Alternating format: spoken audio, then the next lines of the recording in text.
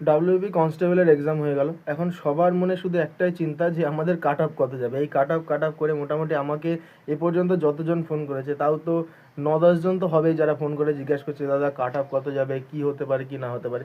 তো আমি একটা কথা বলি, শোনো ভাই, ফালতু নিরাশা আমি করতে চাই না।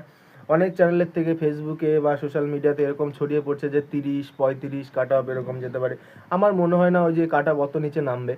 আমার যেটুকু মনে হয়, এবার অনেকে বলবে এসআই এর কোশ্চেন সহজ হয়েছিল তাই কাট অফ বেশি গেছিলো, ডাব্লিউবি কনস্টেবলের কোশ্চেন তো টাফ হয়েছে।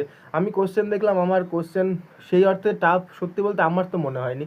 আর তুমি একটা জিনিস দেখো, কনস্টেবলে কিন্তু শুধুমাত্র একটাই পরীক্ষা, এরপরে কিন্তু মেন্স নেই, শুধু মাঠ তারপরে ইন্টারভিউ। তো আমার যেটুকু মনে হয় যে 45 যাদের মার্কস আছে তারা মোটামুটিভাবে সেফ। আর যাদের 55, তোমরা তো পুরো দমে শুরু করে দাও। 45-এর নিচে আমার মনে হয় না আনরিজার্ভ ক্যাটাগরিতে কোনোভাবে কাট আপ নামতে পারে। তাই যাদের নাম্বার 45-এর উপরে আছে, 45 ইভেন আমি বলবো 45-এর আশেপাশেও +2 -2 এরকমভাবে আছে, তারা পুরো দমে মাঠ শুরু করে দাও। কারণ এখানে কিন্তু মাঠটাই সব কিছু, মাঠেই বেশিরভাগ ছেলেপেলে ফেল করবে। তো স্বপ্নের রাজ্যে বাস করার দরকার নেই, আমার মনে হয় না কোনোভাবে কাট আপ 45-এর নিচে নামতে পারে। 45-এর ধারে কাছেই কাট আপ হয়তো থাকবে, বা জেনারেল হয়তো 50 ক্রসও করে যেতে পারে, ঠিক আছে। কারণ এখন ছেলেপেলে পড়াশোনা করে ভাই, সত্যি বলতে যারা কনস্টেবলের এক্সাম দিচ্ছে না তারাও রীতিমতো মাঠ করে পড়াশোনা করছে। এখন কনস্টেবল হতে গেলে প্রচুর খাটনি করতে হয়। তো এটা অনেকে মানতে চায় না বাস্তব জিনিসটা।